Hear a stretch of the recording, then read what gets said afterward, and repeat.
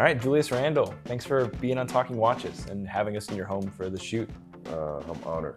We're honored. I'm a big seriously. NBA guy, so like I'm super happy to be able to sit down with you. How did watches even get on your radar in the first place? Is this something that like growing up you sort of aspired to wear watches or, thought about them, or was it mostly when you joined the league? Like, how does that start for you?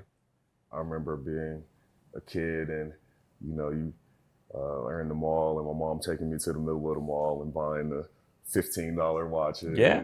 So I've always loved watches. I didn't know I have a passion for collecting them. I remember the first time I was really interested in it and, started to study it a little bit was Kobe. He had the collaboration with Hublot. Yeah. That he had the red wine. Man, I didn't buy my first watch, which was a Rolex, until my fourth year. Really? Fifth year. So it was like I was still conservative in that sense, but it's kind of like they say, once you get tattoos, you get the first one, and it's all over. You got a lot of So yeah. Did you have like a mentor in the league, like a vet or something like that? Yeah. So my vet, I wouldn't even say my vet. He's kind of 3 years older than me. Yeah. Was Anthony Davis. Okay. He was the first person. Fellow Kentucky guy. Yeah, Kentucky guy. And I went to New Orleans my fifth year in the league, and I think I had one watch or two watches. And I remember on the plane, he had this box of watches. Yeah. And he opened his watches, and I'm like, what the hell? Like, yeah. You know what I mean? And I was like, always like, man, I want to start collecting watches. So I would say I blame him. Yeah. For the amount of watches that I have and, my collection or whatever it is. But for me, people are collectors of many different things. And for me, this is what I like to spend my time doing and spend my money on. Is the first watch you ever got in your fourth season on the table with us right now? First watch I ever got, right here. This is the watch, like I said, I've been wearing all summer. Rolex Datejust. Yeah, two-tone. Two-tone. I was very when I first got in the NBA, I liked jewelry. I liked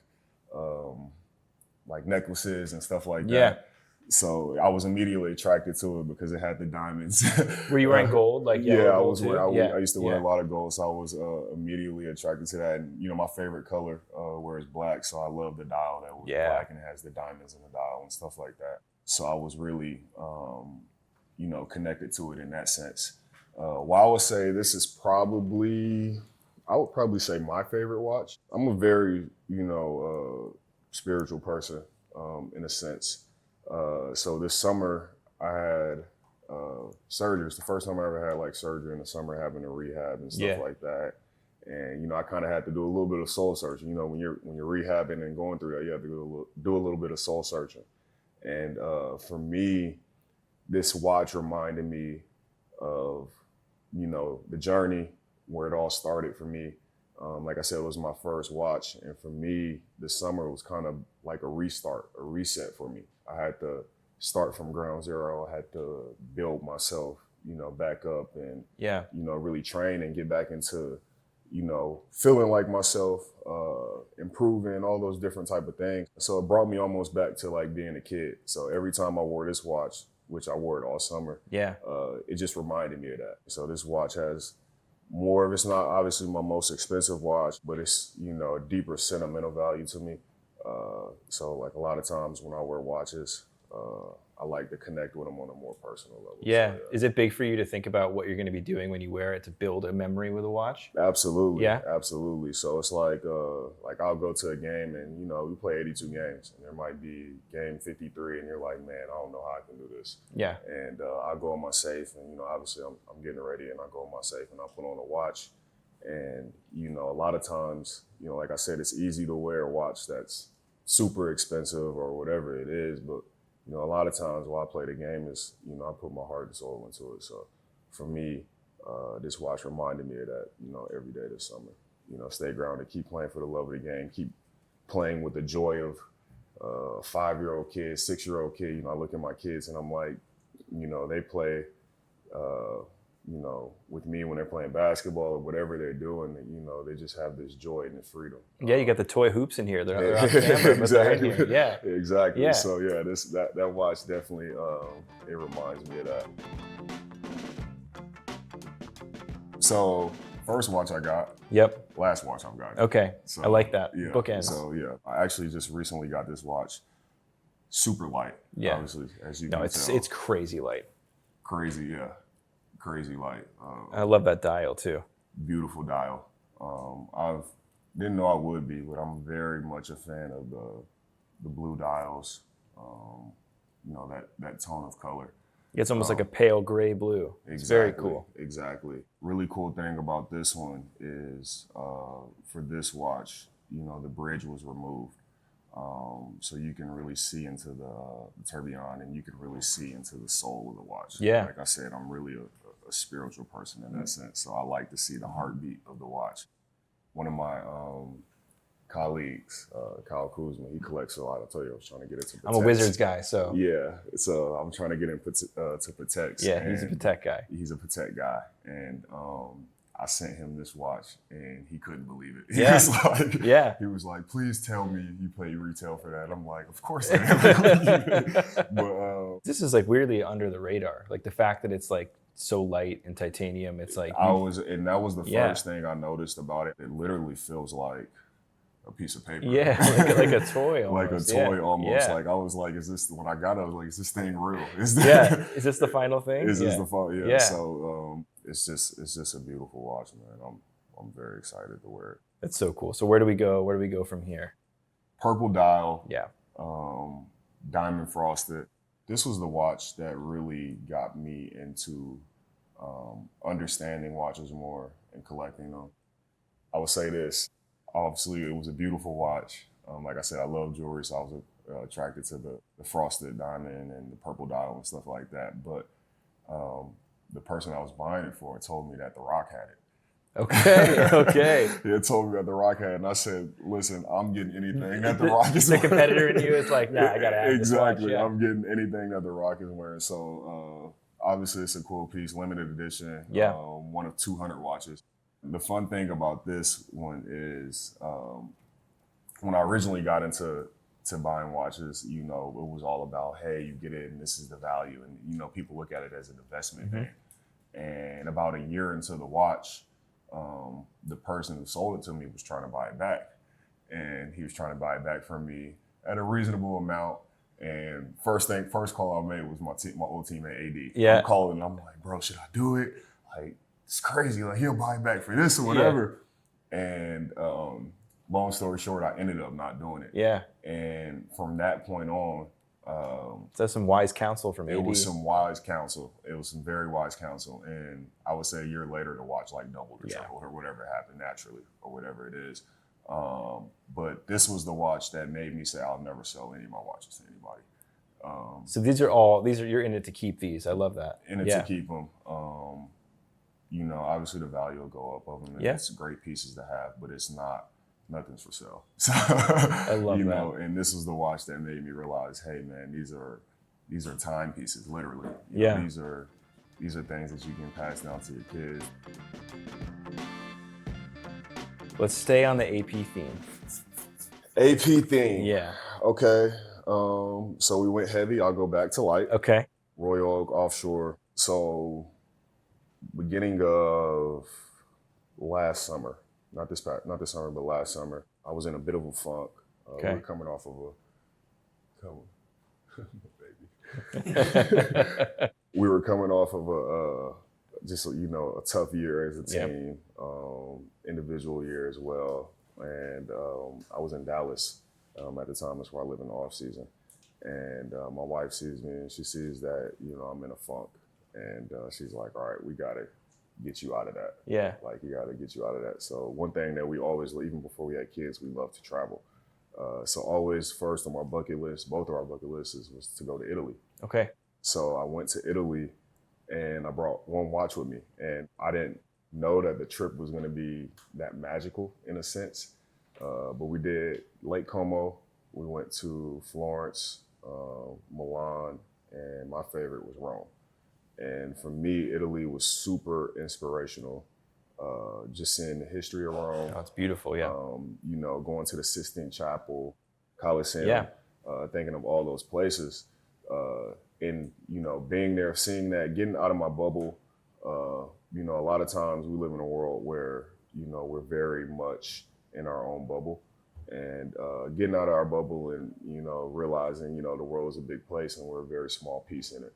And for me, I wore that watch everywhere. I wore it on when I went running. I wear it when, you know, everywhere I visited. Yeah. All those different type of things. And immediately it got me out of my funk. And it kick-started me off into a great summer of training, which eventually ended up being a great year of basketball. Our team got back on track. Randle gets it back. Randle puts up a three.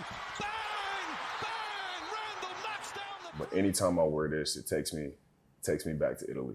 It takes me back to that time and that moment in my life. It is kind of like your most like rugged-ish watch on the table. It feels like a good travel companion. It is, yeah. It definitely has its scars, its bumps, its bruises. But hey, that's life, right? Yeah. You know, it's definitely one of my most worn watches. But like I said, this is one of those watches I come back to, you know, if I'm in a game and, you know, I'm having a little trouble getting motivated for a game, or a little tired, beat up, worn down or whatever. It's one of those watches where I can be like, you know, your problems aren't really that big, bro. You're very blessed. You're very fortunate to do what you do. Go out there, just have fun. Moving on, I guess we can talk about my first and only Richard. I don't know when I'll ever get another one. Yeah. How long have you had it? I've had it probably 2 years. Okay. Two or 3 years. Yeah. My count was not very happy when I bought this at all. Was not very happy, but this is another one of those pieces, RM 1103. That's an ask for forgiveness purchase from the accountant later on. Yeah, she just had to deal with that one. Just sort it out, move things around. She's had to deal with that one. But this is another one of those pieces that are super light.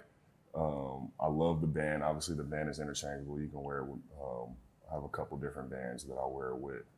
But I love it from that sense of it's just a cool watch. It reminds me of, as I'm looking at it now, I'm a sports car guy. I love sports cars. So like it takes me, you know, to that mindset. So I would say when I wear this watch to games, I'm kind of going full speed. Do you wear it while you drive too? Absolutely. Yeah. Absolutely. So that's a sick piece. And I used to wear it a lot. I don't wear it as much anymore. It's kind of one of those that you have to see these to really appreciate them. Yeah. Like I think people like they see them from afar. Yeah, exactly. You have to see it to appreciate it. You have to feel it. You have to touch it. You have to really connect with it. Even for me, a lot of times, you know, I'll have, you know, my watches and, you know, I'll have them in the safe. And like I said, I'll get used to wearing a watch, you know, every day. Like I said, I'll wear this every day, and then I'll go in my safe and I'll be like, holy shit, bro, like you have some beautiful pieces. You forget what you have for a second. You forget what you have for a little bit. Obviously, you know what you have. Yeah, but you forget. You're looking at yourself from like an out of body experience. Exactly. That's cool. And this is one of those pieces that every time I look at it, it just jumps at me. I mean, look, you said that watches, some people look at them as investments, and they're still investments for yourself. Mm-hmm. And if you're going to put this much into any of them, you might as well love them as much as you love them. Absolutely. If you put that much into it and you don't feel that way, then there's something wrong. Exactly. Yeah. 1000%. From there, I'll go back to AP. This is a light watch too, but it also has a little bit of weight to it. Royal Oak Perpetual Calendar. Beautiful watch, 41 millimeter. My favorite thing I love about it it counts for the leap year in the watch as well. But my favorite thing, my kids love it. And every time I wear the watch, it's when the moon is out. And I'll wear the watch and I'll be like, hey, moon is out. That's the moon is out. You know, I'll joke with my kids about it from that aspect. But yeah, just the craftsmanship on this watch is one of the things I really like. A bucket list trip for me is to go to, you know, AP and go to Switzerland. You got to go there. You got to go to Le Brassus. You got to make it happen. Man, that's one of the things, and really just to see the craftsmanship of how these watches are made, the technicality, the time spent put into these watches. And like I said, I'm a big fan of, you know, the blue dials, and yeah. I don't think it really gets better than. Oh, it's beautiful. Better than this. I want to go with what's on your wrist for a second because it's like jumping out at me a lot, and I can't. Yeah, I saw you saw that when I first came in. I did. I remember when this watch came out, and there was a lot of noise around it. This is such an AP watch in the best way possible to play on that dial pattern in this way. Absolutely right. It's just the coolest thing. Right. So how did this get on your radar? And tell me the special occasion that came about for you to pick this watch up. Absolutely. How I got on my radar, shout out to my guy Yoni from Material Goods. Friend of the brand, yeah. Absolutely. He's a great guy who, keeps me up to date on stuff and really is a great friend of mine as well. How this watch came about, this was kind of my treat to myself for making an All-Star game. So cool. That is amazing. Actually making an All-Star game. And for me, it's a sporty watch. I can wear it, I can dress it up, I can dress it down. It has a yellow band, it has a blue band. I would say this is one of the watches like my kids like to play with because it's colorful. Yeah. In a sense, like you said, and the dial has, the different colors and stuff like that. So yeah, this was my treat to myself for All-Star.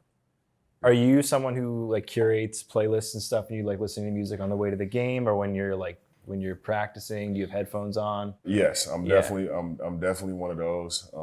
And I would say as I've gotten older, I used to just kind of be like one track minded with the music that I listen to. But as I've gotten older, I'm in different genres. I'll listen to classical music. You like Jimmy Butler? You got like country music on while you're playing? I can't get into the country. I can't do the country yet. I can do classical, I can do African music, I can do classical music's kind of cool. You're shooting around with like some Mozart in your headphones. The other day I was lifting weights and I was listening to the Temptations.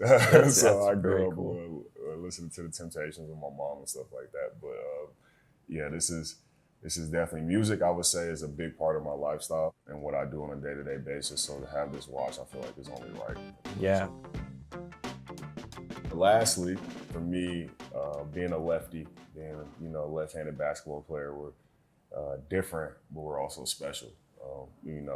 Left-handed people, so we like to say. Yeah. But I felt for me it was only right, to have the Sprite in my collection.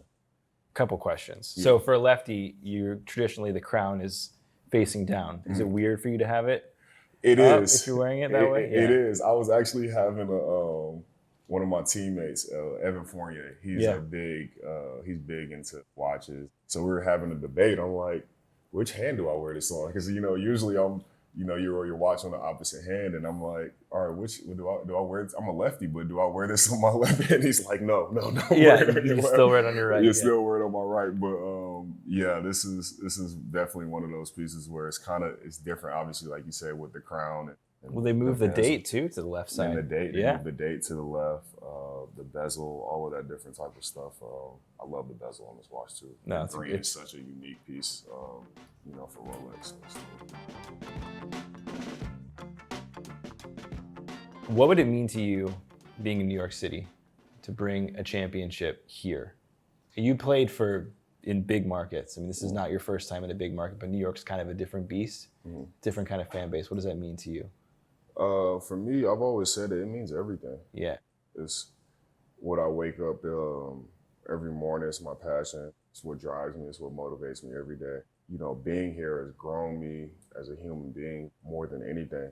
I've had to learn to not just love the highs, but love the lows as well. Love my flaws, love, things that I might hate about myself, love the things that, I view as great or whatever it is. But it's made me a more balanced individual more than anything. I've always said I never want to play for anybody else but the Lakers. Yeah. When I was in LA, I was like, I only want to be here. I grew up idolizing Kobe. I only want to be a Laker. I only want to be a Laker. And it's funny how life works out. And it brought me here. And it's like, I never want to be anywhere but here in New York. And I feel like it's my calling, it's my passion, to help bring a championship to this city. So, every day I wake up, that's what's on my mind. It's like visualizing what a ring would look like on the table next to all these watches. Exactly. Which watch would I wear? Yeah. With the ring, absolutely. Oh, I'm holding the trophy. Yeah, absolutely. Is there one sort of like overarching philosophy behind these watches? Like if I look at them, there's the AP section, there's the Rolex section, there's the Richard Mille, but they all have sort of your stories through them. How do you think about what this collection is as a whole? It's my life. Yeah. In a sense, that's how I like to view it. All of these watches are a part of the fabric of who I am as a person in some way, shape, or form. Whether it's a moment in my life, whether it's a feature, like I'm a left-handed person, or so I have a lefty. Whether it's growing up watching The Rock and having the belts and WWE and jumping on the bed and doing all the moves and stuff, and now I'm wearing the same watch as him.